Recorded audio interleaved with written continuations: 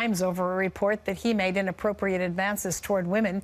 George Thomas has the story. 5 women are accusing Donald Trump of inappropriate behavior.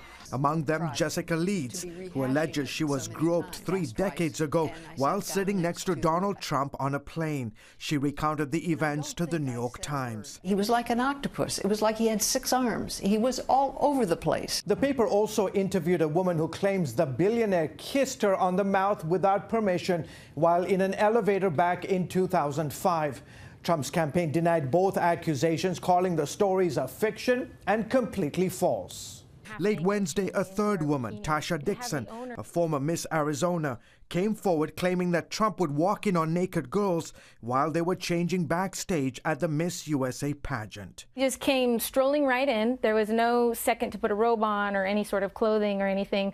Some girls were topless, other girls were naked. Dixon accuses Trump, who ran the pageant, of taking advantage of the contest. I'm telling you, Donald Trump owned the pageant for the reason to utilize his power to get, around beautiful women. I moved on her, actually. She was down in Palm Beach. All this happening days after a leaked video showed Trump making lewd comments about women. With accusations still flying, nearly half of the country started voting early this week as hundreds of people stood in line from Ohio to Florida. With both candidates heading into the home stretch, Clinton, for her part, still cannot seem to shake off the WikiLeaks trail. The group dumped another nearly 1,200 hacked emails from inside her campaign Wednesday. In one exchange, her campaign chairman, John Podesta, urges Clinton to reach out to, quote, needy Latinos during the presidential primary.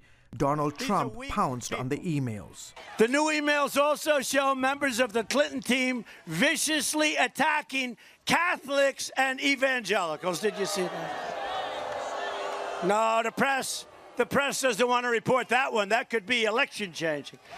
It's just the latest evidence of the hatred that the Clinton campaign has for everyday faithful Americans. Meanwhile, new revelations about the investigation into Clinton's use of a private email server for high-level government business when she was Secretary of State. The FBI director recommended no charges against Clinton, but a source telling Fox News that many of the FBI agents and DOJ attorneys who worked on the case believed Clinton should have been charged and her security clearance yanked for keeping the off-site server. And high-ranking FBI officials said it is safe to say the vast majority felt she should be prosecuted. Excuse for George Thomas, CBS.